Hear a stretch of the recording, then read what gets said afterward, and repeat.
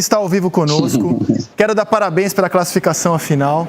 Ô Cuca, bem-vindo ao Seleção. Vou ser sincero com você, Cuca. Quando você foi anunciado no Santos, eu olhei assim e falei, cara, o Cuca é maluco. Olha onde ele está se metendo. O time está com atraso de salário, caos administrativo, não pode contratar, jogadores insatisfeitos. Meu Deus do céu, isso vai dar muito errado. Ô Cuca, por que você aceitou e você esperava que desse tão certo assim a ponto de hoje estar falando aqui como finalista da Libertadores? Bem-vindo à Seleção. Opa, boa tarde, Rizek, um abração. Um abraço, Pedrinho, Lino, Galvão. Um abração para vocês aí, um prazer falar. Tanto tempo que eu não participo de programas, né? Então, quando apareceu a situação do Santos, né, eu falei pro Cuquinha, meu irmão, vamos que lá vai dar para mostrar trabalho, né? Porque a gente sente, né? A gente tem um conhecimento já do futebol e aqui de Santos também, de como eram as coisas, né? E que poderia aqui ser feito um trabalho. E o Santos estava na Libertadores, que é uma competição que me atrai muito, né? Então, quando a gente veio para cá, nós fizemos uma preleção com os jogadores, pusemos todos os jogos que a gente tinha no Campeonato Brasileiro, fizemos uma projeção de campeonato para a gente ficar entre os 8 e fizemos uma projeção para chegar à final da Libertadores. E toda semana a gente trabalhando isso. Vamos ficar aqui entre os 8, pode ser terceiro, quarto, segundo, primeiro, mas nesse pelotão aqui que é pré-Libertadores ou Libertadores, 6, 7, 8, né? E vamos jogar a Libertadores, que é o nosso campeonato. E a gente fez bem a Libertadores toda, né? Mesmo o jogo que a gente perdeu em casa para a LDU, nós jogamos muito bem, criamos muitas chances e acabamos perdendo, né?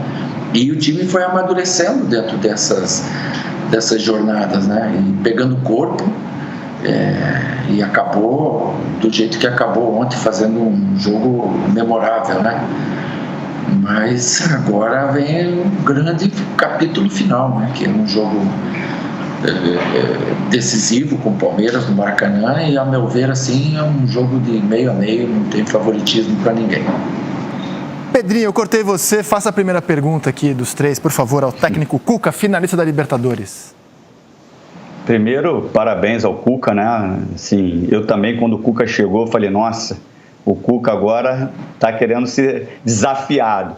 E logo no começo do trabalho do Cuca, não eram críticas, né? Eu achava que o time dependia do Marinho, né? Ele não tinha alguns movimentos. A bola chegava no Marinho e o Marinho decidia, ou chegava no Soteldo e o Soteldo decidia. E o Cuca mudou isso completamente, né? E ontem ficou muito claro, nos dois jogos, né? Contra o Grêmio principalmente e contra o Boca, que o Cuca, diferente de alguns mata-matas que a gente viu recentemente, ele não muda ou não se acovarda para o jogo. A essência do Cuca já é ofensiva. Ele impõe um ritmo surpreendente de intensidade, de dinâmica. E aí a minha questão, Cuca, a minha pergunta. O que foi mais difícil para você? Colocar esses princípios? Porque ontem a gente viu você pressionando rapidamente quando perde a bola. Quando o Boca dificilmente chegava no ataque, você tinha uma transição veloz. Tudo que o futebol moderno, vamos falar assim, exige, você colocou em prática nesses dois jogos de Grêmio e Boca. O que foi mais difícil para você? Recuperar a confiança desses caras, porque eles estavam desacreditados, ou colocar suas ideias em prática? Eu sempre digo que as coisas que não são táticas nem técnicas são acessórios. Eu sempre coloco em segundo plano, mas cada vez eu estou vendo mais importância nisso. Sim, Pedrinho, assim, o mais difícil que tem é você encontrar o time. Então você vai batendo cabeça, buscando aqui, mexendo ali, em muitos jogos não dá certo, você é criticado, mas você sabe que está dentro do processo de você encontrar aquela equipe que você põe a equipe jogar e diga, vou tocando a melhor. É você criar alternativas dentro do grupo, né? Você não pode ter 11 jogadores, você tem que ter mais uns 4, 5 do mesmo nível, para no dia que você não tiver um ou outro, ou se eles estiverem mal, você fazer as trocas. Então, quando eu consegui encontrar a nossa equipe, hoje eu consigo até mudar o posicionamento deles em campo, quando eles não estão se achando ou estão bem marcados. Eu troco uma peça, e eles, em outra posição, eles se desenvolvem, como o Soteldo desenvolveu ontem uma situação diferente, o próprio Lucas Braga, né? Como às vezes eu faço o Pituca ser o primeiro, como às vezes a gente descobriu esse menino Sandri, que dá uma qualidade de passe, né? E isso, falando entre outros que a gente tem descoberto, né? E essa descoberta, ela aconteceu muito porque a gente não pôde contratar, né? Por isso que eu falo que tudo que Deus faz é bom. Porque se de repente pudesse contratar, eu podia ter tido alguns erros, contratado alguns jogadores e não ter dado a resposta que esses meninos hoje estão dando.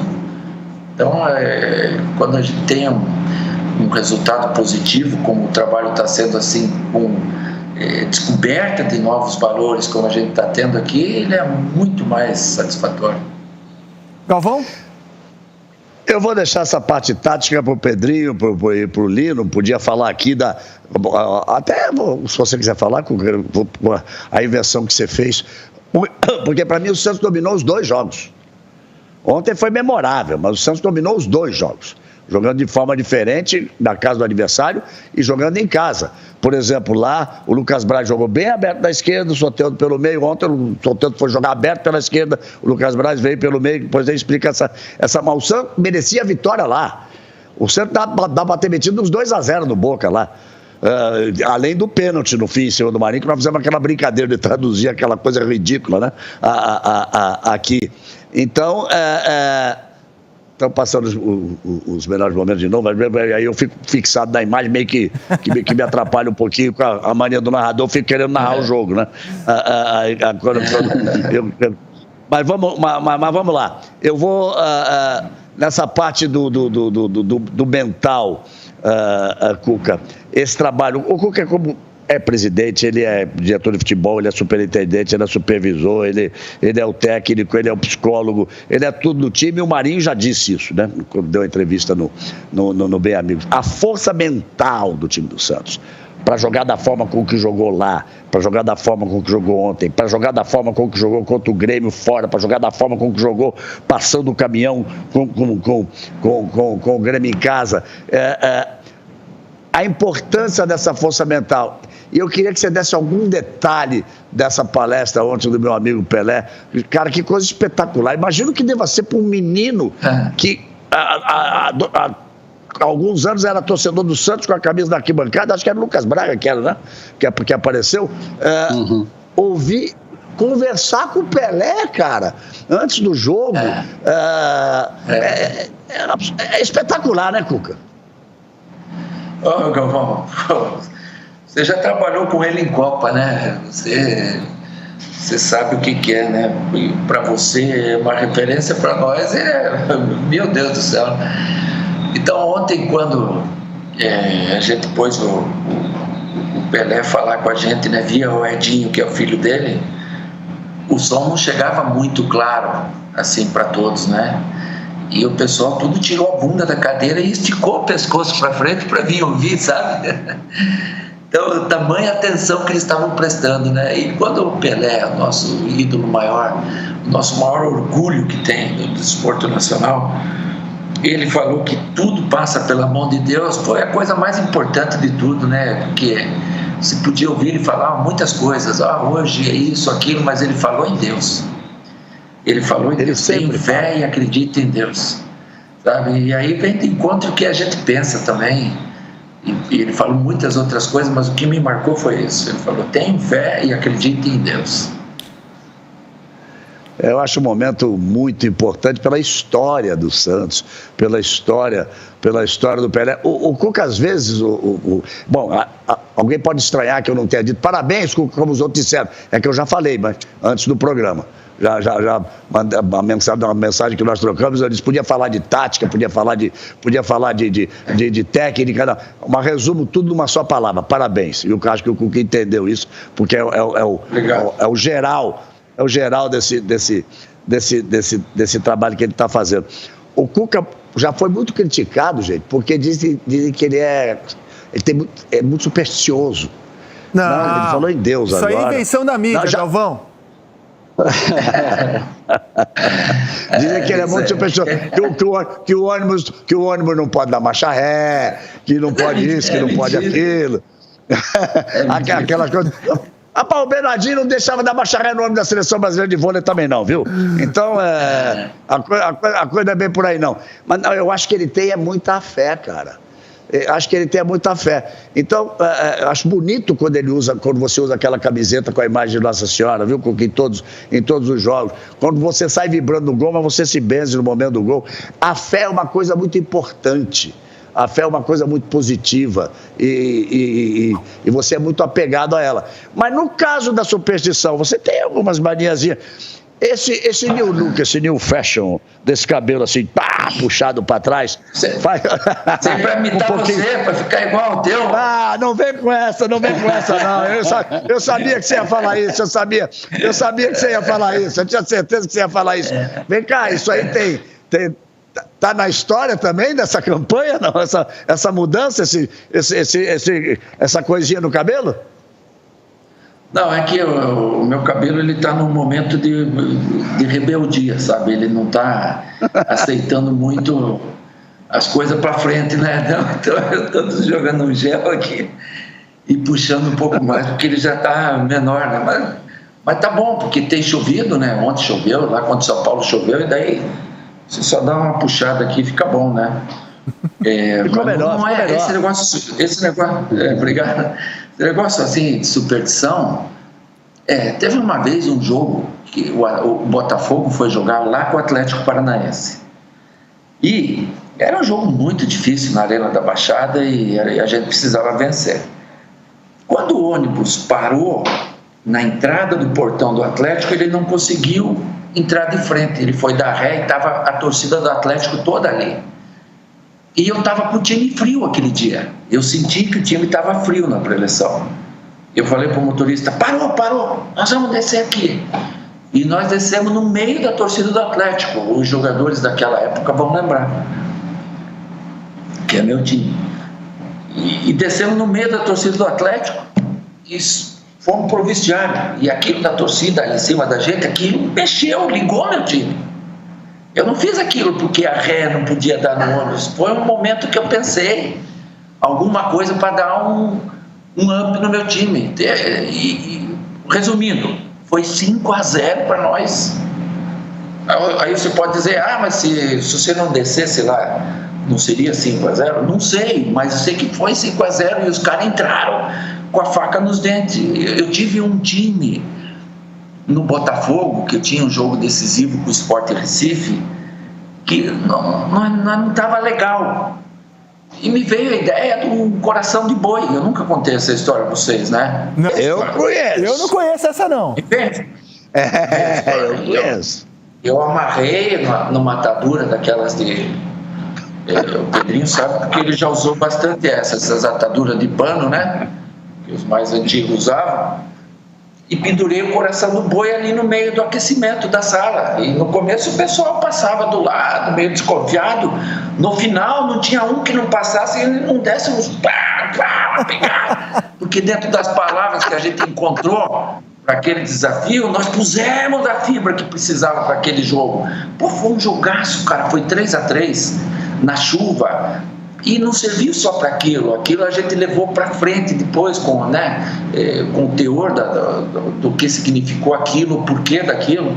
Então são coisas que a gente faz, né? Como a gente fez com o Pelé ontem, sempre a gente tenta criar alguma coisa para dar para o jogador aquele apto para você começar um jogo já a 1000 por hora com confiança. Ontem era um jogo que a gente não precisava sair para o ataque tipo louco. Mas eu queria sair para ataque tipo louco, para jogar os gringos para trás e dizer aqui é a nossa casa, nós mandamos e nós vamos ganhar. E nós com 1 minuto dá uma bola na trave, já era um anúncio, né? Então o pessoal tem acreditado muito nisso, e principalmente nos jogos em casa a gente tem conseguido fazer o time jogar com essa evolução toda do meio campo para o ataque, como o Pedrinho falou. O Cuca fez o Galo, não é o Galo doido e está fazendo o peixe elétrico, Galvão. Peixe elétrico, é o Galo doido e o peixe elétrico agora. O Danilo Peixe não é superstição, não, mas depois daquele 5-0 no Atlético Paranaense, nunca mais o ônibus deu uma charreta, tá certo? É só uma questão de coincidência. Mas esse é o Cuca. Conheço a fera, cara. A história eu sabia, eu só não sabia que era coração de boi. No meu conhecimento era uma perna de boi. Então todo mundo tinha que passar para dar um soco na perna de boi. Eu só não sabia que era um coração. E aí, Galvão, acabou que no final, quando acabou, bateram e ela enrolou lá em cima e ficou lá em cima, né? E daí no outro dia o pessoal do Sport Recife lá falou que era magia negra, que nós tínhamos feito uma macumba no vestiário. Olha aqui, ó, Rizek, Cuca, eu conheço o Cuca desde 1999, quando ele tinha se formado em Educação Física, foi treinar o Avaí. Eu era repórter da Rádio Guarujá, ele era técnico do Avaí, ele toda hora tinha que quebrar pau com Miguel Livramento, com Roberto Alves, com a turma lá de Florianópolis, era um barato. Era um barato. E o Cuca sempre foi isso, esse cara que mexe, que faz barulho, que faz bagunça. Mas eu tenho te encontrado um pouco diferente, Cuca, nessa tua passagem pelo Santos. Ou o Santos é tão agitado que você teve que inverter a fórmula e acalmar um pouco mais as coisas. O Cuca tá penteando o cabelo para trás, usando a camisa da Santa. Foi a doença? Foi o problema que você teve? O que foi, Cuca? Eu tô te achando mais calmo, cara. 5,8. O tempo passa, né? A idade chega também, né? A gente vai amadurecendo na vida, né? Vai passando. Tem horas que você não pode pilhar um jogador como você quer, senão ele vai entrar no jogo, vai te deixar na mão, vai sair expulso. Ontem era um jogo para tirar isso, porque nós não sabemos usar isso contra os gringos, contra os argentinos ou os uruguaios, paraguaios. Então a gente tem que sair da confusão, porque na confusão eles vão nos ganhar. Ontem, quando o Favre pisou no Marinho, você vai ver que o meu time inteiro, ninguém foi para a briga. Vamos tirar o pessoal, porque a gente não queria isso, porque a gente tem sequência ainda na competição e o adversário não vai ter mais. Então ontem foi um dia que a gente dosou bem entre a motivação que o Pelé nos ajudou muito a dar, a torcida levando o ônibus até o campo com a mente tranquila para jogar uma partida de futebol. Não é uma guerra, é uma partida, é um jogo que a gente tem que jogar bem jogado, é o nosso produto que a gente tem que mostrar. A gente fala aqui que a gente está com salários atrasados e outras coisas. Eu já não falo assim para eles, eu falo que a gente está com uma poupança ali, daqui a pouco os caras vão pagar. Nós temos a ver.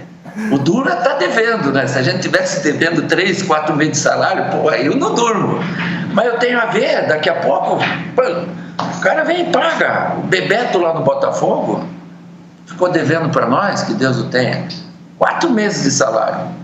Quando ele pegou uma grana, ele pagou 6. Ele pagou 2 a mais.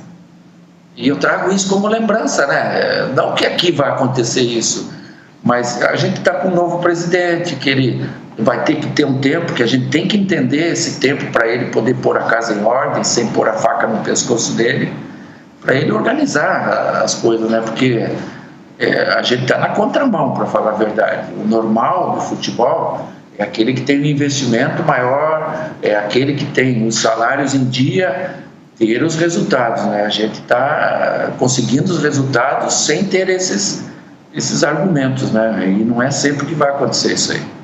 Ô Cuca, eu estou encantado de ver o Lucas Veríssimo jogar. Assim, as atuações do Lucas Veríssimo são assim um deleite, né? Entrega, segurança, tem jogado demais. Mas você teve que contornar uma situação que ele queria ir para o Benfica, ameaçou não jogar. Como é que foi exatamente essa história? Foi você que contornou essa situação, Cuca, com o Lucas Veríssimo? Eu que ajudei. Lógico que tem o Rolo, ajudou também, o Ximenes, todo o pessoal que ajuda. A gente ajuda também. Eu falo com o jogador. Eu falo com o César Sampaio, eu falo com o Tite. Eu falo para eles que eu tenho um zagueiro aqui que está pronto para eles. E eu queria era poder ver o Lucas selecionável antes dele sair, porque é uma questão de tempo para ele. Ele na minha opinião, hoje ele é o melhor zagueiro do futebol brasileiro. aqui jogando no futebol brasileiro. Lógico que tem os internacionais brasileiros que também são do nível dele, né? Mas eu vejo ele selecionável e eu queria que isso tivesse acontecido antes dele ser vendido, porque o preço era outro. A verdade é essa. Um jogador que põe uma camisa da seleção, ele tem outro valor, né? E nós precisamos vender o Lucas Veríssimo, né? Ainda que não tenha pego o dinheiro, por isso que a gente tem uma poupança, daqui a pouco sai aí o pagamento disso, com o dinheiro do Lucas Veríssimo, com o dinheiro de outros jogadores, mas ele também eu vejo igual você, Rizek, é um baita um jogador, rápido, no mano a mano você pode deixar de vez em quando, se expor um pouquinho mais, é jogador técnico, bom tempo de bola, sabe, um baita no caráter, é um jogador completo. Mas ele não queria enfrentar o Grêmio, né? E foi um dos melhores em campo, não foi isso? Ele falou que não ia jogar e acabou jogando e foi um dos melhores do time. Mas ele estava jogando um pôquer ali, né? Jogou um pôquer, ninguém sabia as cartas que ele tinha. A janela é só agora, né, Cuca? A janela, ele só poderia ir agora, que agora ele aceitou ficar. A janela era só janeiro. Aí ele definiu, jogou pôquer. Jogou pôquer, é muito bom. E o Rueda também jogou pôquer, mas jogou bem também. Foi legal, foi um jogo legal. Vamos fazer uma última roda aqui com Pedrinho, Galvão e Lino. Pedrinho, só a última pergunta para o Cuca. Eu vou de novo na questão tática, André, porque eu gosto bastante e assim, eu percebo no Santos muitas coisas modernas, mesmo com a pressão pós-perda, a transição muito rápida, mas tem uma coisa que me chama a atenção no Cuca e aí eu queria saber se era convicção mesmo ou ele não acredita na outra forma. O Cuca, quando está marcando lá em bloco baixo, ele não usa as linhas, né, Cuca? Só uma primeira linha de 4 lá atrás, mas a linha da frente, que não é uma linha, é quase que uma marcação por encaixe individual, né?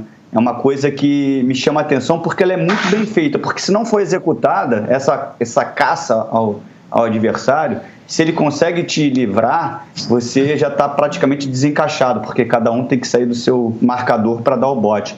Mas a tua é muito bem encaixada. O que te leva a não ser atentado por essa modernidade da marcação em linhas e você ter essa marcação quase que individual ali no setor do meio campo? Por exemplo, o pessoal da Argentina lá falou que eu defendi lá na Argentina com 5-5. Eu nunca tinha ouvido falar isso, que eu defendi num 5-5. E de noite em casa eu estive pensando e os caras estavam certos. Porque quando o Alisson deu um passo para trás e entrou na zaga, e quando o Caio Jorge dá um passo para trás e entra na meia, você fez 5-5. E se você liberar o Alisson um passinho para frente e o Caio Jorge um passinho para frente, você está no 4-3-3. Então eles tinham razão, né? Eles tinham razão. E o Boca tem o Capaldo, que é um segundo volante que sai muito bem para o jogo. Então eu não preciso ter nessa hora os dois volantes meus jogando em linha, o Alisson e o Pituca. Eu posso adiantar o Pituca um pouco mais para fazer essa saída como ele fez, e fez o gol como meia, e para ter um encaixe de marcação naquele volante que sai mais. Com isso eu consigo fazer o Alisson ser o meu terceiro zagueiro, porque eles têm o Soldano e o Tevez. Então por isso eu não faço essa linha de 4, porque senão eu vou ter meu terceiro zagueiro à frente dos dois atacantes. E aí não é legal. E entendendo o time deles como a gente entendeu, a gente faz uma montagem, que daí não tem como denominar assim numericamente que sistema é. Aliás, repito o que eu já falei aqui, Galvão, se o Pituca chamasse Diego Mendes, nome e sobrenome, jogasse no Flamengo, toda semana iam pedir ele na seleção também. É muito bom jogador. E você tem a diferença de característica dos dois, né? A capacidade de marcação do Alisson, como ele ocupa o espaço, como ele fecha, como ele marca, como ele briga, e o Pituca como sai jogando. O Renato usou uma frase em relação ao Jean-Pierre, que serve para o Pituca: você só vai ser grande de verdade no dia que você pisar na área. Que é o que o Pituca fez, né? Que é o que o Pituca está fazendo, pisou na área e fez o gol, né? E abriu o caminho. Eu vou um pouco uma coisa que nós falamos antes, Cuca. O Santos hoje ocupa uma posição que ele estaria fora da Libertadores do próximo ano, com todas as possibilidades de entrar. né? Com todas as possibilidades de entrar. Porque temos garantidas 6, já temos 7, podemos ter 8 vagas. Mas o Santos pode ter tudo.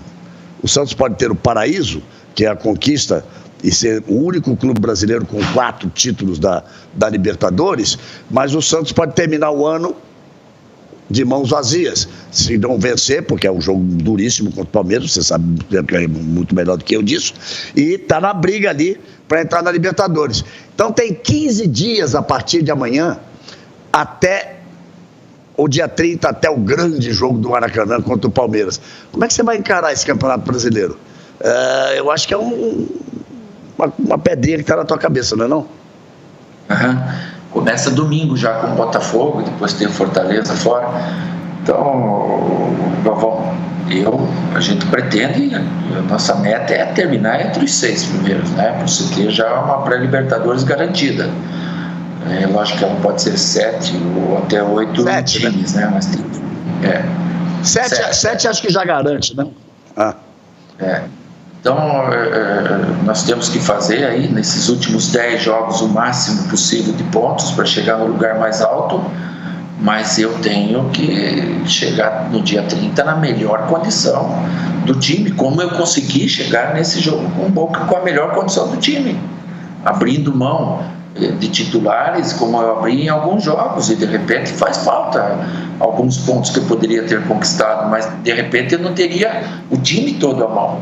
Então são coisas que a gente pesa junto com a comissão técnica, né? Analisa sempre para fazer o melhor, mas o importante, além do Campeonato Brasileiro, é chegar dia 30 com esses jogadores nas melhores condições físicas e clínicas, né?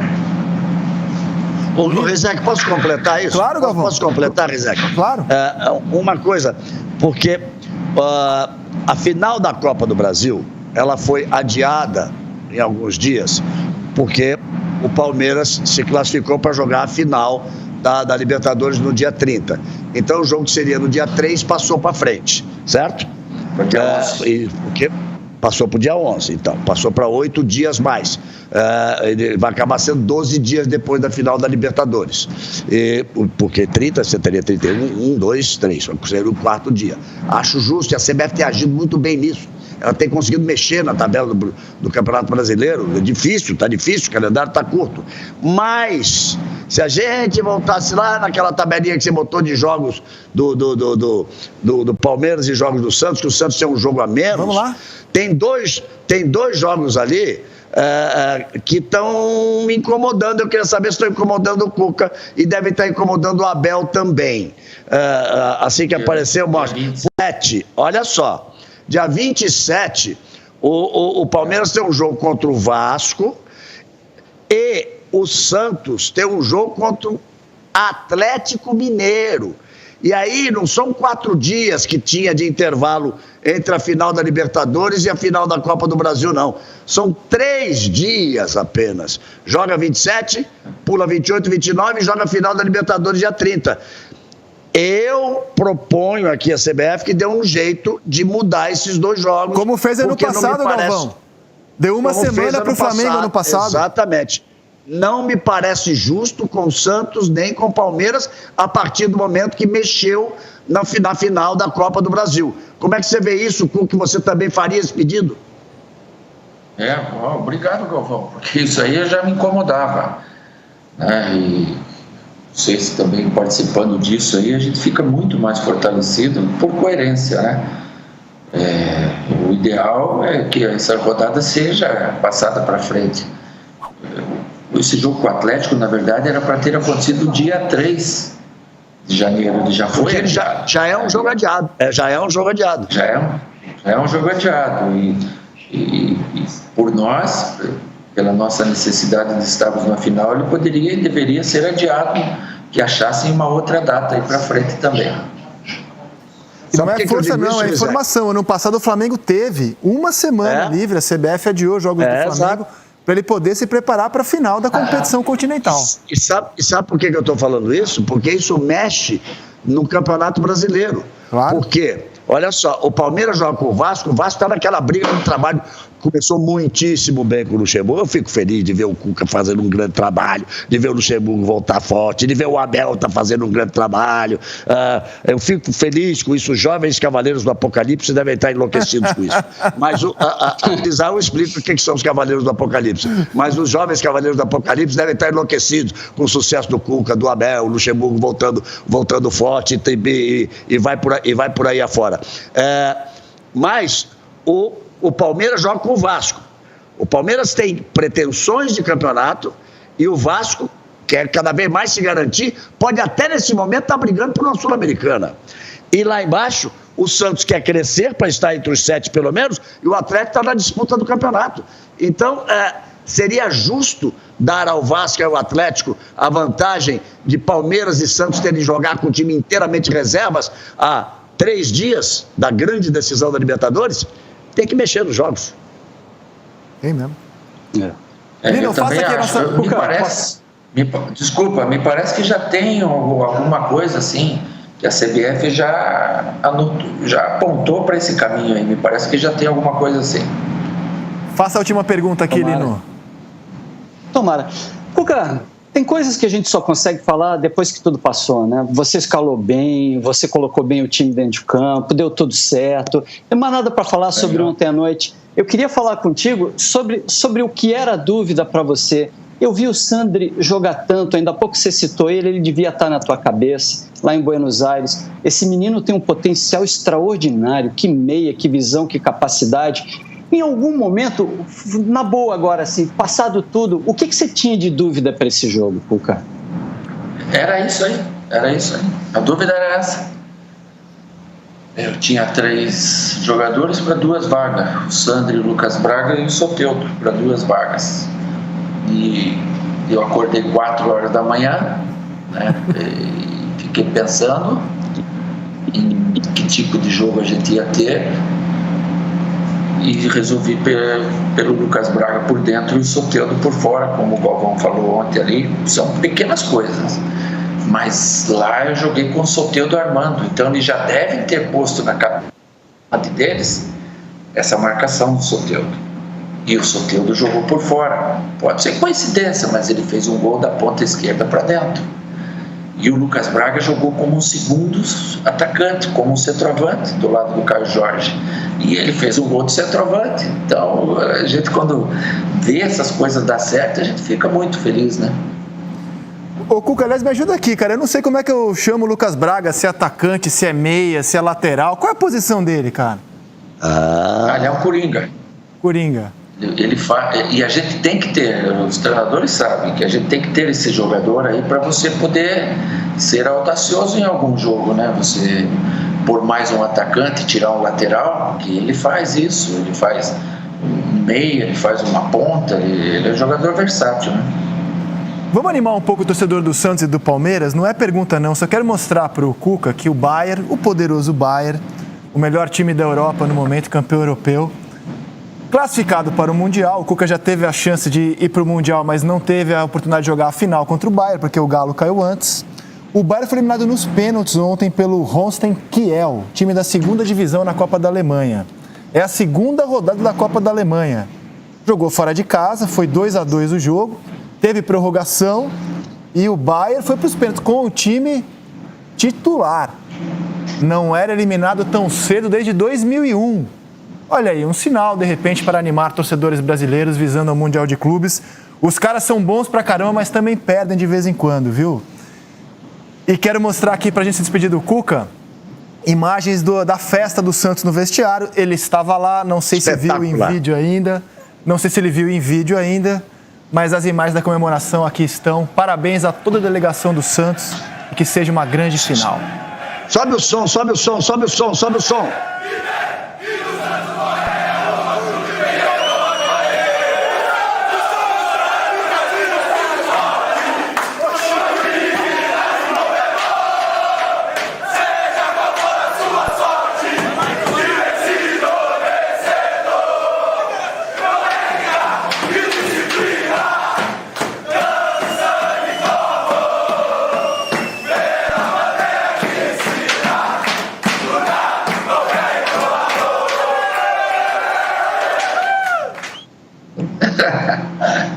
Posso falar só uma frase?